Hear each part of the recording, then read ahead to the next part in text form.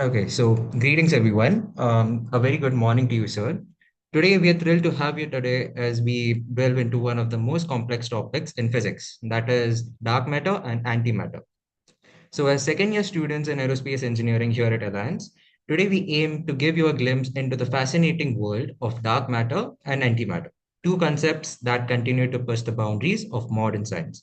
Before we get started onto this, let me introduce ourselves. So, myself, I'm Vedang. I have my friends with me, Soumya, Krishna, David, and Darpit as well.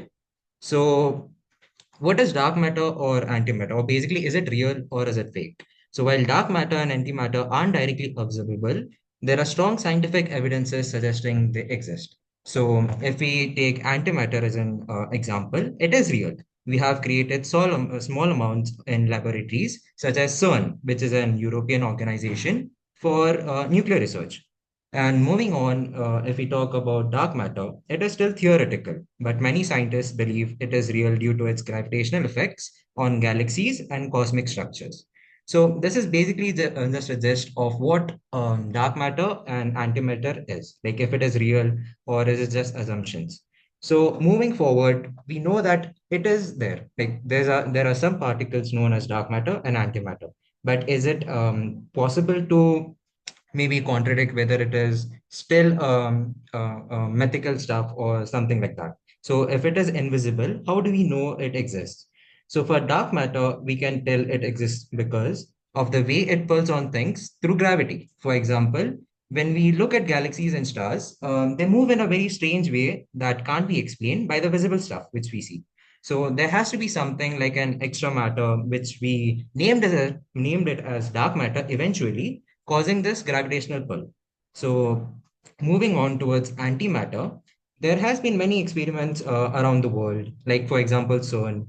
So we detect antimatter in special laboratories where scientists create high energy collisions. These collisions produce particles that behave in such a way which is opposite to the matter, like the regular matter, which is present in the universe. So which lets us know that there is something called as antimatter. Moving on, we know that there are stuff called as antimatter and dark matter. So the question still arises as to what is matter actually. So moving on, let me just ask my friend that to continue the presentation on what matter actually is. Okay, thank you, Vedant. So basically, what is matter? So everything we can see around us, like star, planets, and black holes, is made up of normal matter. So that is called baryonic matters. So this type of matters is made up of particles like proton and neutrons. So these cosmic objects interact with light, which is why they are visible to us. So baryonic object absorb light and other form of electromagnetic energy. Then either is like then either reflect or re-emit it. So these interact with the light makes these interact with the light makes object like stars and planet easy to observe. So coming to the next slide. So matter yeah uh, matter in the universe is made up of atoms which contain electron, proton, and neutrons. According to science, for every particles there is an equal and opposite antiparticles. So these opposite particles that we called as a antimatter. And antimatter is also made up of particles that have the opposite charge of their matching particles. So for example, the in any for example, the any anti-particles of an electron which has a negative charge, so is called a positron, and which has a positive charge. So this is the topic that what is dark matter and matters. So now my friend Krishna will proceed with this presentation. Thank you. Thank you, Darpit. So let's understand dark matter or antimatter in a bit deep. So let's start understanding it by taking an example of an atom. where a atom comprises of an electron, proton, and neutrons. So basically, electrons move in the same direction. And similarly, there were theories regarding the dark matter that states that the antimatter moves in backward in the time. But later, those discoveries were contradicted by the scientists. They have proven that there are antimatter are extraordinary particles which are moving forward in time. Then on the quantum scale, the properties of the antiparticle is exactly opposite to the matter, normal matter, visible matter. Basically, if an electron has a negative charge, then the antimatter for electron is a positron, which has a positive charge over it. Now, moving forward to the next slide. So now, as we know by the conservation of mass and energy, E equal to mc square, which is nothing but energy equal to mass and the square product of mass and speed of light squared. So when we add these two masses of these two particles, which is electron and positron, and substitute in the equation, so we get a lot of energy produced from it. And when an electron and a positron would meet or collide, it would annihilate, like create a big explosion. Now I would like my friend Soumya to continue from here.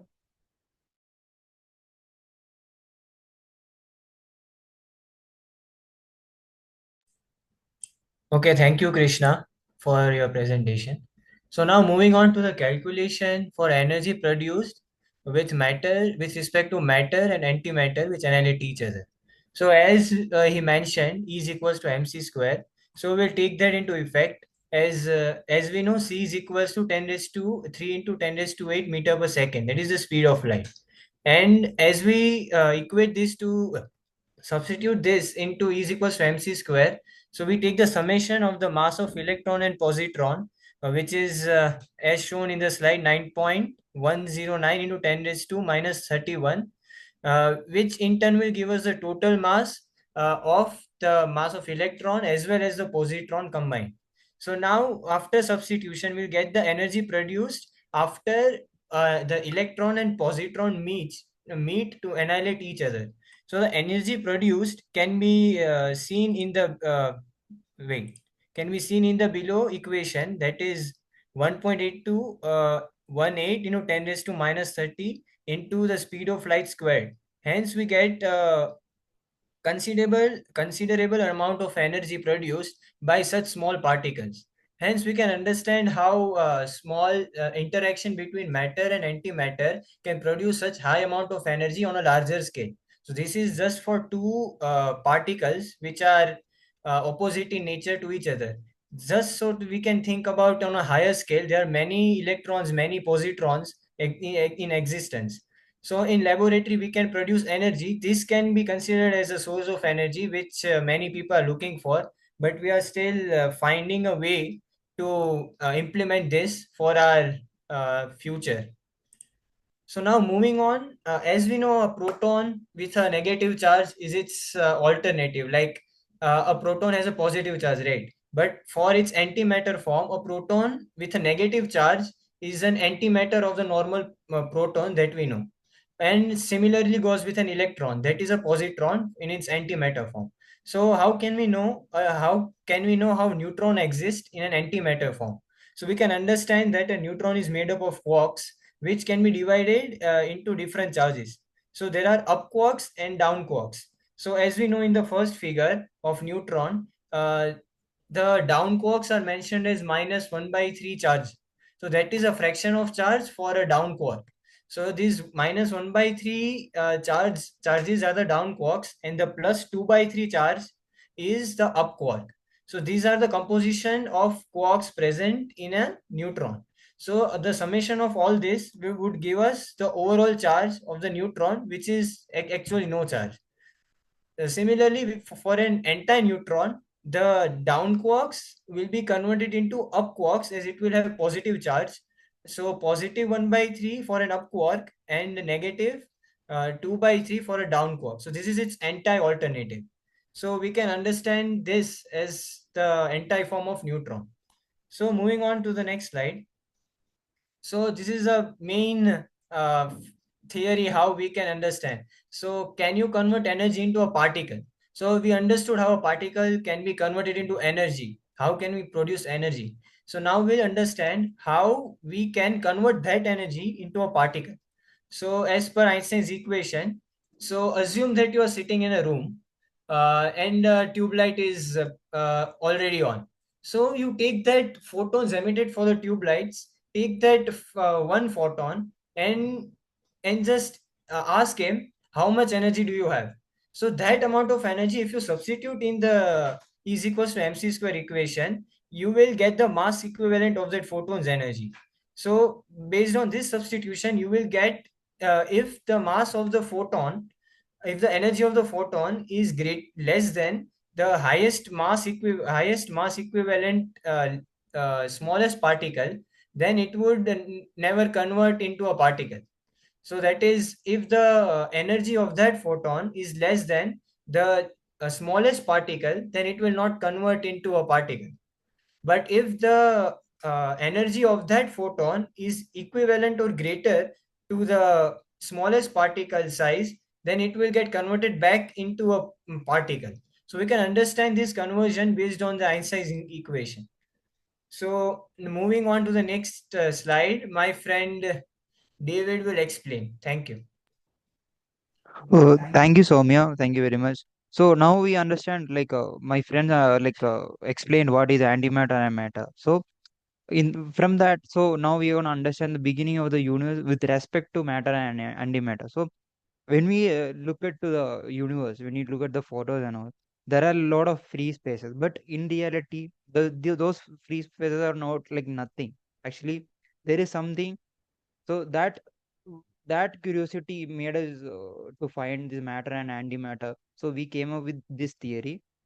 So the beginning of the universe can be understood by this below hypothesis. So the universe, when starting of the universe is like we can say it as a just a soup of energy, floating around in the vast universe. So all those energies, because of all those energy, it formed matter and antimatter. So all those antimatter and matter counterparts, had the reaction together. They found each other and they had to play the reaction. So with, before slides, my friend explained about the annihilation between two antimatter and matter. So antimatter and matter has a tendency to annihilate each other, and it creates a photon. So during this process, so we know, as we know, the universe is expanding. So the universe started expanding. So after some time, it started to cool down, and the velocity of this particle decreased. So it came into this threshold that no more these reactions were not happening. So we gonna move into the next slide. So if this is the case, if these all those antimatter and matter particles are annihilating each other, so it this wouldn't create anything. The universe just would have been light. There wouldn't be any plants or people, nothing. So it would have been, nothing would have been created if this theory was like true. So there was a so now other question arises. So if this is true, how this all these things came into life, or how all the planets, stars have been created. So during this process, somehow there was a billion of reaction taking place over matter and antimatter. So one single particle did not annihilate each other. So that one particle was a reason for the creation of the whole universe, as we can say. So that means if this theory is true, there is an antimatter universe parallel to us. So in example, there is another me in another universe doing the same presentation, if this theory is true. But there is no way, like it's just a theory for now. We haven't really proved if antimatter is real or not. So for now, it's just a theory. So that's it for the presentation. Hope you liked it. So Now we are open for any questions you might have.